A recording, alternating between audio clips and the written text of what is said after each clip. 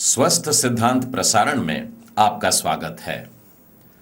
हम परमेश्वर पिता को धन्यवाद देते हैं कि लगातार इस कार्यक्रम के देखने वालों के द्वारा हमें गवाहियां प्राप्त होती रहती हैं।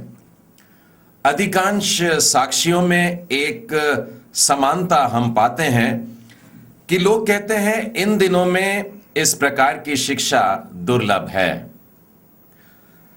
प्रियो, लेकिन मैं लोगों को जब देखता हूं कि वे एक मीटिंग से दूसरी मीटिंग में भाग रहे हैं, दौड़ रहे हैं, तो उनके लक्ष्य में मैंने कहीं एक बात को देखा है कि वे चंगाइयों के पीछे, आश्चर्य कर्मों के पीछे भागते हैं, देखना चाहते हैं।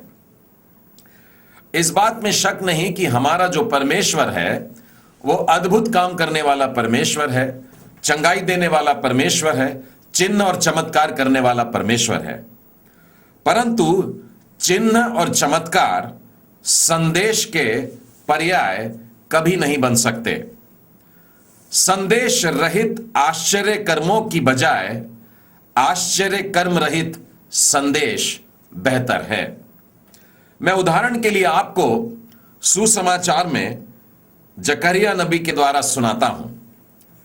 याजक जिसके द्वारा यूहन्ना बपतिस्मा दाता इस दुनिया में आए, और वे अपने बेटे के विषय में पहले अध्याय के 76वें वचन में कहते हैं कि तू है बालक परम प्रधान का भविष्यवक्ता कहलाएगा, क्योंकि तू प्रभु का मार्ग तैयार करने के लिए उसके आगे आगे चलेगा। यूहन्ना के बारे में इतनी प्यारी बात उसका पिता जकरिया कहता है। प्रभु यीशु ने भी उसके बारे में ऐसी बात कही है कि जितने भी लोग इस दुनिया में स्त्रियों से जन्मे हैं, उनमें सबसे बड़ा अगर कोई है तो वो यूहन्ना बपतिस्मा दाता ही है। लेकिन मैं यूहन्ना के बारे में आपको एक खास बात बताना चाहता हूं। सुसमाचार और उसका 10वां अध्याय, यूहन्ना का सुसमाचार उसका 10वां अध्याय और 41वें वचन में लिखा है, बहुत से लोग उसके पास आकर कहते थे, यूहन्ना ने तो कोई चिन्ह नहीं दिखाया, परंतु जो कुछ यूहन्ना ने इसके विषय में कहा था वह सब सच है। लोग जानते हैं कि यूहन्ना ने एक परिवर्तन लाने वाला प्रचार किया, मन फिराने वाला प्रचार करा, बपतिस्मा के बारे में लोगों को बताया, लेकिन एक भी चिन्ह, चमत्कार और अद्भुत काम नहीं करके दिखाया। लेकिन जो कुछ भी उसने इस व्यक्ति के बारे में गवाही दी, जिसका मार्ग तैयार कर रहा था, वो सब एकदम सत्य था। अब एक बात बताइए कि जिसकी सेवकाई में कोई चिन्ह चमत्कार नहीं होता है, क्या आप ऐसी सेवकाई को उत्कृष्ट कहेंगे? क्या उसे यह कहेंगे कि यह सफल हुआ? बाइबल क्या कहती है? 42वें वचन में लिखा है, और वहां बहुतों ने यीशु पर विश्वास किया। प्रियो, यूहन्ना ने अपने जीवन में, अपनी सेवकाई में भले ही कोई चमत्कार नहीं किया हो, कोई चिन्ह नहीं किया, कोई अद्भुत काम नहीं किया, लेकिन उसका संदेश शक्तिशाली था और बहुतों ने प्रभु यीशु क्रिस्त पर विश्वास किया और उसकी सेवकाई सफल हुई। उसने किसी बीमार को भले ही चंगा ना किया हो, परंतु एक बीमार राष्ट्र को चंगा जरूर किया। मुझे मार्टिन लूथर के शब्द याद आते हैं जो इससे संबंधित हैं। उनका कहना था कि कोई सा भी ऐसा संदेश जो पवित्र शास्त्र से मेल नहीं खाता है, उसे हम इनकार कर दें, भले ही उसके द्वारा प्रतिदिन बहुत से चिन्ह चमत्कार होते हों। मैं इसको स्पष्ट करने के लिए फिर से एक बार कहता हूं, यह मार्टिन लूथर के शब्द हैं। ऐसी शिक्षा की बातें जिनके द्वारा चिन्ह चमत्कार हो रहे हों, लेकिन वो पवित्र शास्त्र बाइबल के साथ में मेल नहीं करती, आपसे आग्रह है, ऐसे का इनकार कर दीजिए, उसको दूर कर दीजिए। आप में से जो लोग कलीसिया के इतिहास में रुचि रखते हैं, वे जानते हैं कि एक समय ऐसा आया था जिसे हम लोग कहते हैं डार्क एज, अंधकार का काल। और इस अंधकार के काल से वास्तव में संबंध इसका है कि उन दिनों में लोगों के पास में पवित्र शास्त्र नहीं था, बाइबल नहीं थी, और उसी काल को हम लोग कहते हैं अंधकार का काल। लेकिन मैं आज के समय में और इस काल में यह कहना चाहूंगा कि अब तो घोर अंधकार का काल है, भयानक अंधकार का काल है। क्यों? क्योंकि आज तो हमारे पास में बाइबल है, और बहुत सारी बाइबल है, और तो और सबको अपनी अपनी मातृभाषा में बाइबल मिली है। लेकिन इसके बावजूद हम इसकी ओर कान नहीं देते, हमारी आंखें अंधी हो गई हैं, हम इस वचन की ओर ध्यान नहीं दे पा रहे हैं, उसको अपने लिए ले नहीं पा रहे हैं। प्रियो, इस कार्यक्रम का उद्देश्य बिल्कुल यही है कि हम परमेश्वर की प्रजा के लोगों की आंखों को खोल दें। मैं आपसे यही आग्रह करता हूं कि जब आप इस कार्यक्रम को देखते हैं तो बड़ी प्रार्थना के साथ में देखें। दाऊद की प्रार्थना के साथ में मिलकर आप भी कर सकते हैं, जो 119 के 18वें वचन में मिलता है कि हे प्रभु, मेरी आंखें खोल दे कि मैं तेरी व्यवस्था की अद्भुत बातों को देख सकूं। परमेश्वर के वचनों में बड़ी अद्भुत बातें हैं, और उन बातों को हमें समझने के लिए, देखने के लिए आंखें चाहिए, जो प्रभु ही हमें प्रदान करता है। परमेश्वर करे हमारी आंखों के छिलके गिर जाए और हम सब कुछ स्पष्ट देखने लगें। इन दिनों में हमारे मनन का विषय है क्रिस्तीय दानार्पण, जिसके अंतर्गत हम सीख रहे हैं दान कैसे न करें। We are learning how not to give, और अब तक हम लोगों ने 7 पार्ट सीख चुके हैं। Up till now we have learned 7 lessons. Lesson number 1 was do not separate life from giving. पहला पार्ट था जीवन को देने से अलग न करें। Lesson number 2, do not earn by ungodly means. दूसरा पार्ट था अधर्म के द्वारा कमाई न करें। Lesson number 3, do not cheat the government. तीसरा पार्ट था कि सरकार को धोखा न दें। Lesson number 4, do not make cheap offerings. चौथा पार्ट था कि निकम्मा अर्पण न करें। Lesson number 5 was do not yield to pressure. पांचवा पार्ट था कि दबाव में आकर के दान न करें। Lesson number 6 was do not support questionable ministers. छठवां पार्ट था संदिग्ध सेवकों का समर्थन न करें। Last week we had studied the 7th lesson, and that was do not give to influence the preachers. पिछले सप्ताह हम लोगों ने 7वां पाठ सीखा था, और वो ये था कि सेवकों को प्रभावित करने के लिए दान न करें। Today we are going to study the 8th lesson under how not to give. दान कैसे न करें, इसके अंतर्गत आज हम लोग 8वां पाठ सीखने जा रहे हैं, and that is Do not neglect the poor. 8वां पाठ, गरीबों की उपेक्षा न करें। I repeat, मैं इसे दोहराता हूं, how not to give. Lesson number 8, do not neglect the poor. दान कैसे न करें, 8वां पाठ, गरीबों की उपेक्षा न करें। प्रियो, साधारणतः हम लोगों को ऐसा लगता है कि लोगों में बांटने की बजाय, गरीबों में बांटने की बजाय परमेश्वर को देना उत्तम होता है। परमेश्वर के कार्य के लिए जब आप देते हैं तो यह उत्तम दान होता है। बाइबल ठीक इसका विपरीत बताती है। मत्ती रचित सुसमाचार और उसके 23वें अध्याय के 23वें वचन में से आपको पढ़ करके बताता हूं। हे कपटी शास्त्रियों और फरीसियों, तुम पर हाय, तुम पुदीने और सौंफ और जीरे का 10वां अंश तो देते हो, परंतु तुमने व्यवस्था की गंभीर बातों को छोड़ दिया है, अर्थात न्याय, दया और विश्वास। प्रभु यीशु इस प्रकार से सिखा रहे हैं कि तुम व्यवस्था को पूरा करने के लिए दशमांश तो दे रहे हो, लेकिन इनसे भी गंभीर बात है, इनसे भी बड़ी बात है, ऐसी कुछ बात है जो ज्यादा महत्वपूर्ण है, जिसे तुम नहीं कर रहे हो और उसे करना जरूरी है, अर्थात कौन सी बातें हैं? ये न्याय की बात है, दया की बात है। जब हम इनको करते हैं तब वास्तव में परमेश्वर के सारी बातों को पूरा करते हैं।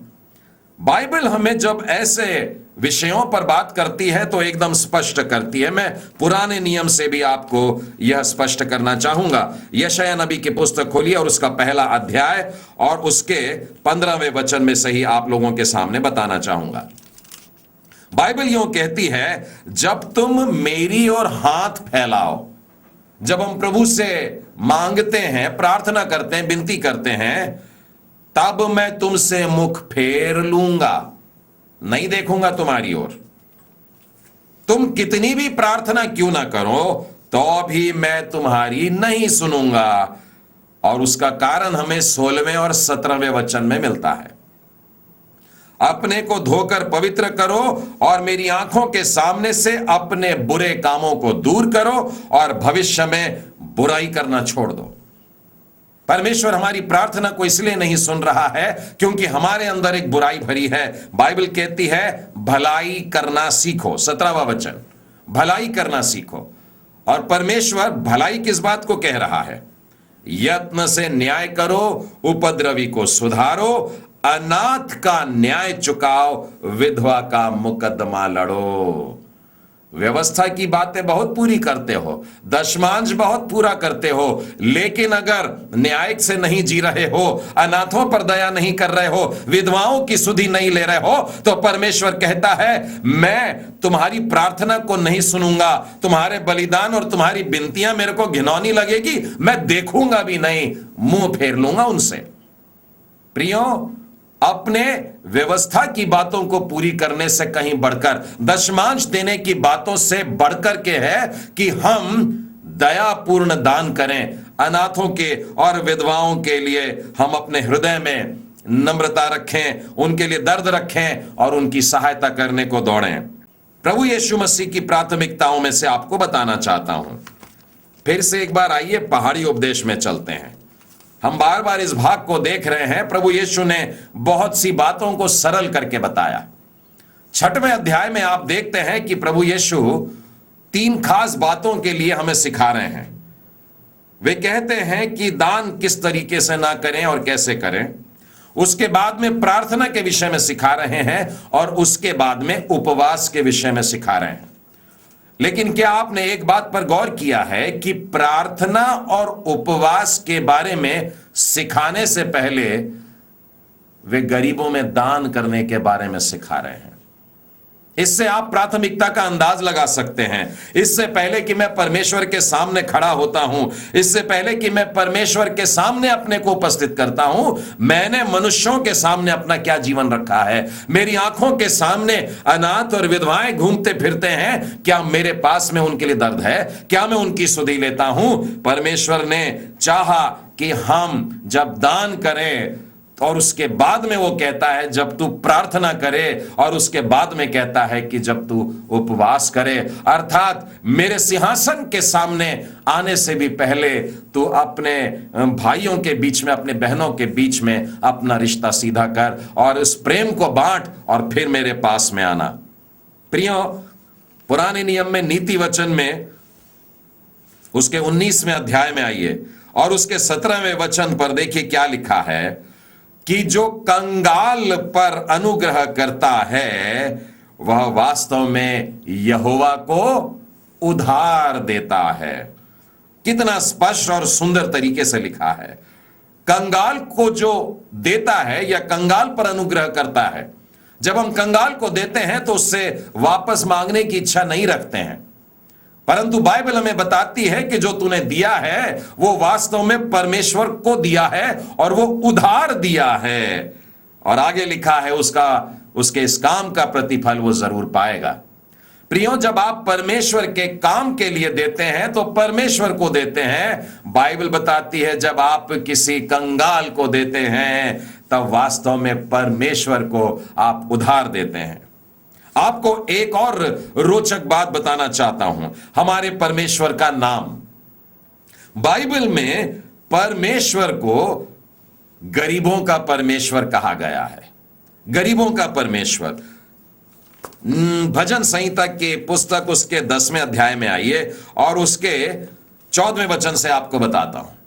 यहां पर यूं लिखा है, लाचार अपने को तेरे हाथों में सौंपता है, अनाथों का तू ही सहायक रहा है। अनाथों की तरफ तेरी ही नजर है, तू ही सहायता करता है। भजन संहिता के 68वें अध्याय में आइए और उसके 5वें वचन में और भी स्पष्ट लिखा है, परमेश्वर अपने पवित्र धाम में है, वो अनाथों का पिता और विधवाओं का न्यायी है। प्रत्येक मसीह के लिए इस कारण से गरीबों को देना एक पर्याय नहीं परंतु एक अनिवार्य कार्य बन जाता है। हम लोगों को देना ही है, ऐसा नहीं है कि दे या ना दे, देना ही है। और यदि हम गरीबों को नहीं देते हैं तो वास्तव में पाप करते हैं। व्यवस्था विवरण की पुस्तक खोलिएगा और उसके 15वें अध्याय में यह बात स्पष्ट हमको मिलती है। 15वें अध्याय का 7वां वचन, जो देश तेरा परमेश्वर यहोवा तुझे देता है, उसमें यदि तेरा कोई भाई दरिद्र हो तो अपने उस दरिद्र भाई के लिए न तो अपना हृदय कठोर करना और न अपनी मुट्ठी को बांधे रखना, परंतु जिस वस्तु की घटी उसको हो, उसकी जितनी आवश्यकता हो उतना अवश्य अपना हाथ खोल करके उसे उधार दे देना। दे देना, अपने भाई को खोल करके दे देना, उसकी जितनी आवश्यकता है उसको तू दे देना। ये वास्तव में अध्याय हमको मिलता है 15वें अध्याय में लिखा हुआ है कि 7वां वर्ष छुटकारे का वर्ष हो। और बहुत सारे लोग जानते हैं कि 7वें वर्ष में तेरे जितने भी बंधक होंगे, तेरे जितने भी उधारी वाले होंगे, उनको तू माफ कर देगा। बहुत से लोग 5वें और 6वें वर्ष में उधार देने को भी डरते थे। क्यों? क्योंकि 7वां वर्ष निकट है और फिर वो सब माफ करना पड़ेगा। लेकिन बाइबल हमको यह कहती है, सचेत रहना, तेरे मन में ऐसी अधम चिंता न समाए कि 7वां वर्ष जो छुटकारे का वर्ष है वो निकट है। और अपनी दृष्टि में अपने उस दरिद्र भाई की ओर से क्रूर करके उसे कुछ न दे, ऐसी गड़बड़ी ना करना। अगर ऐसा करता है तो बाइबल कहती है यह तेरे लिए पाप ठहरेगा। हमें अपने प्रिय भाइयों को, जाति भाइयों को विशेष करके, और सब लोगों पर जितने हमारी नजरों के सामने आते हैं, बाइबल हमें सिखाती है हमको उन पर दया करना है। नए नियम में 2 कुरिन्थी में आइए और उसके 9वें अध्याय में और उसके 7वें वचन में अगर आप गौर करेंगे तो आप पाएंगे एक चिर परिचित वचन है जहां पर लिखा है कि परमेश्वर हर्ष से देने वाले से प्रेम करता है। हमें कुरकुर करके नहीं देना है, दबाव में नहीं देना है, परंतु खुशी से देना है, क्योंकि परमेश्वर इनसे प्रेम करता है। उसी तरीके से मैं आपको 2 कुरिन्थी और उसके 9वें अध्याय में से कुछ वचन बताना चाहता हूं जो बेहद जरूरी है। साधारणतः हम लोग ये समझते हैं और हम लोगों ने इस वचन का उपयोग तब किया है, हर्ष से देने वाले से प्रेम करता है। चर्च की बिल्डिंग बनानी है, हमने बड़े बड़े अक्षरों में छाप दिया, परमेश्वर हर्ष से देने वाले से प्रेम करता है। कुछ पैसे चाहिए, डोनेशन चाहिए, तो लिफाफों पर छाप दिया, परमेश्वर हर्ष से देने वाले से प्रेम करता है। लेकिन बाइबल में 2 कुरिन्थी के 9वें अध्याय में जब यह वचन आया तो वास्तव में यहां पर गरीबों को दान करने के विषय में आया। और हम जिसलिए इस वचन का इस्तेमाल करते हैं वहां पर गरीबों के लिए लेन देन कुछ भी नहीं करते। 9वें अध्याय का पहला वचन कहता है, अब उस सेवा के विषय में जो पवित्र लोगों के लिए की जाती है। फिर आगे चल करके लिखा है, तुम्हारी उदारता का फल। और फिर उसके बाद में अगर आप देखेंगे 9वें वचन में लिखा है, उसने बिखेरा, उसने कंगालों को दान किया, उसका धर्म सदा बना रहता है। उसके बाद 12वें वचन में भी इसी प्रकार से लिखा है, क्योंकि सेवा के पूरे करने से केवल पवित्र लोगों की आवश्यकताएं पूरी होती, परंतु लोगों की ओर से परमेश्वर का भी धन्यवाद होता। लोगों के बीच में बट रहे हैं, गरीबों के बीच में बट रहे हैं, हमारी उदारता हो रही है और परमेश्वर इससे प्रसन्न होता है। इस विषय पर प्रभु यीशु एकदम सरल और सीधी शिक्षा प्रदान करते हैं। सुसमाचार में आइएगा, लूका रचित सुसमाचार उसके 12वें अध्याय में और उसके 31वें वचन के आगे हम देखेंगे। यहां पर हम ये पाते हैं कि प्रभु यीशु स्वर्गीय धन के बारे में बात कर रहे हैं, और हम लोग साधारणतः 31वां वचन तो याद कर लिए हैं कि हमें पहले परमेश्वर के धर्म और राज्य की खोज करनी है, तो ये सारी वस्तुएं हमें मिल जाएंगी, गीतों में भी गाते हैं। लेकिन किस संदर्भ में कहा गया है ये देखिएगा, अपनी संपत्ति बेच करके दान कर दो और अपने लिए ऐसे बटुए बनाओ जो पुराने नहीं होते, वरन स्वर्ग पर ऐसा धन इकट्ठा करो जो घटता नहीं और जिसके निकट चोर नहीं आते और कीड़ा नहीं बिगाड़ता। स्वर्गीय बातों में हमको अपना मन लगाना है, अपना धन वहां पर इकट्ठा करना है, अपना ध्यान वहां पर लगाना है, और संसार में हम लोगों को इस तरीके से धन बटोरने की इच्छा नहीं करना चाहिए। ये एक सामान्य संदेश था जो सब लोगों के बीच में दिया जा रहा था। लेकिन मैं ये पाता हूं कि मत्ती के 19वें अध्याय में जब एक व्यक्ति को भी प्रभु जी वचन बांट रहे थे, तब भी इसी बात को उन्होंने स्पष्ट किया। एक बार एक धनवान व्यक्ति प्रभु यीशु के पास में आ जाता है कि स्वर्ग के राज्य में प्रवेश करना चाहता हूं, अनंत जीवन पाना चाहता हूं, मैं क्या करूं? प्रभु ने कहा, आज्ञाएं पूरी कर, मैं तो बचपन से कर रहा हूं। यीशु ने उसकी ओर दृष्टि करके कहा, तुझ में अब भी एक बात की कमी है, जा और अपना सब कुछ कंगालों को बांट दे और उसके बाद फिर मेरे पीछे हो लेना। वो व्यक्ति धनवान था, वो व्यक्ति धन से प्रेम करने वाला था। वो बड़ा निराश होकर के उस स्थान से चला गया। लूका रचित सुसमाचार के 14वें अध्याय में यहां पर मैं देखता हूं कि प्रभु यीशु एक धनवान के घर में बैठे हैं और भोजन पर बुलाए गए हैं। और जब वे भोजन पर बैठे हैं तो वो धनवानों से क्या कहते हैं? वे कहते हैं, जब तू दिन या रात का भोजन करेगा तो अपने ही भाइयों, अपने ही रिश्तेदारों को क्यों बुलाता है और अपने पड़ोसियों में से धनवानों को क्यों बुलाता है? मत बुला, ये लोग तुझको वापस बुलाएंगे और तुझको फेर देंगे। परंतु जब तू भोज करे तो कंगालों को बुला, टुंडों को बुला, लंगड़ों को बुला, अंधों को बुला, तब तू धन्य होगा, क्योंकि उनके पास तुझे बदला देने के लिए कुछ नहीं होता है। जिनसे वापस मिल नहीं सकता है, परमेश्वर का वचन हमें सिखा रहा है, उनको बांटने का है, उन कंगालों की सुधि लेने का है, उन अनाथों की सुधि लेने का है।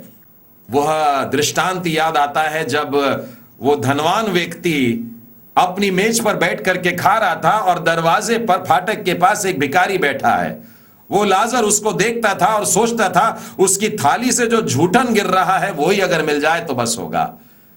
अगर आप उस धनवान के जीवन को देखें तो उसने कोई गलत काम नहीं किया, कोई हत्या नहीं करी, कोई चोरी नहीं कर रहा है, कुछ नहीं, लेकिन फिर भी नरक में जाता है। कौन सा गलत काम था उसका यह गलत काम था कि वो भलाई करना जान करके भी भलाई नहीं कर रहा था। उसकी नजरों के सामने एक भिखारी था, उसकी नजर के सामने एक मोहताज था, लेकिन उसने अपनी थाली का एक कौर उसको देना सही नहीं समझा और इसीलिए वो नरक की आग में जाता है। प्रियो, बाइबल हमें स्पष्ट कह रही है कि गरीबों की उपेक्षा न करें, दान कैसे ना करें। आज हमारा पाठ हमको सिखा रहा है कि मोहताजों की तरफ ध्यान दें, अनाथों की सुधि लें, विधवाओं की तरफ भी हम लोगों को ध्यान देना है। अब आप पूछेंगे, भैया ये भी बता दो कि गरीबों को जब दान करें तो कितना करें?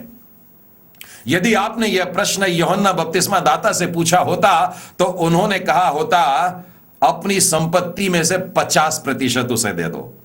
मैं ऐसा क्यों कह रहा हूं? एक बार लोगों ने आके जब उससे पूछा तो उन्होंने कहा, क्या तुम्हारे पास में 2 कुर्ते हैं? तो जिसके पास में नहीं है उसको 1 कुर्ता दे दो। और मैं समझता हूं जिस दिन वे ये संदेश दे रहे थे, जक्कई हो ना हो इस भीड़ में जरूर खड़ा होगा, क्योंकि जिस दिन प्रभु यीशु क्रिस्त जक्कई के घर में जाते हैं, जक्कई वहां पर खड़ा होकर प्रभु से और लोगों से कहता है, देख प्रभु, आज मैं अपनी संपत्ति का आधा भाग कंगालों को बांट देता हूं। प्रभु यीशु ने अभी आकर के उसको दान करने के ऊपर कोई शिक्षा या उपदेश नहीं दिया था, लेकिन जक्कई को वो संदेश याद आया जो यूहन्ना बपतिस्मा दाता ने दिया था कि अपना 50% कंगालों में बांट दे।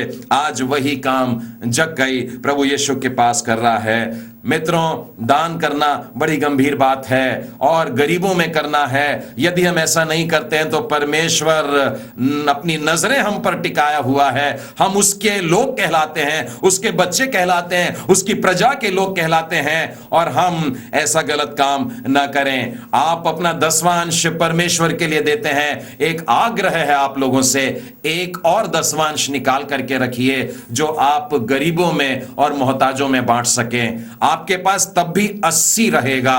मैं जानता हूं आप भूखे नहीं मरेंगे। आपके पास परमेश्वर इतनी आशीष देगा, आप स्वस्थ रह करके उसमें संतुष्ट और खुश रहने वाले रहेंगे। आज के दिनों में मैं देखता हूं बहुत सारे सेवा करने वाली संस्थाएं हैं। बाइबल में मैं पाता हूं कि सेवा का काम पहले चर्च किया करता था, और इसीलिए लोग सारी संपत्ति ला करके चर्च में दिया करते थे, मंदिर को दे दिया करते थे, और मंदिर से अनाथों के लिए और विधवाओं के लिए मदद जाती थी। लेकिन आजकल परिस्थितियां बदल गई हैं। अब बहुत सी ऐसी संस्थाएं हैं जो सेवा के कार्य में लगी हैं, राहत कार्यों में लगी हैं। मेरा आग्रह है कि आप उन लोगों को दिया करें।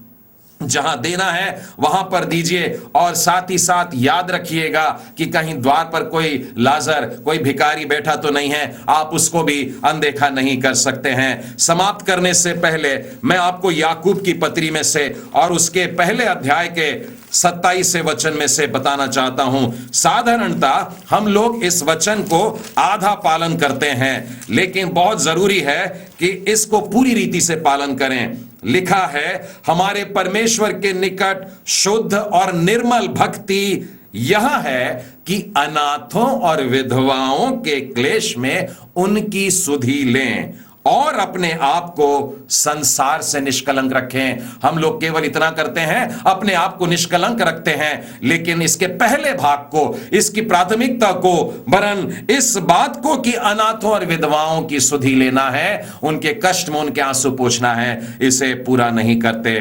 प्रियो, आत्मिक कार्य में लगे, परंतु गरीबों की सेवा और भी बढ़ करके करें। हाउ नॉट टू गिव, दान कैसे न करें। Do not neglect the poor, गरीबों की उपेक्षा न करें। परमेश्वर पिता आप सबों को आशीष दे।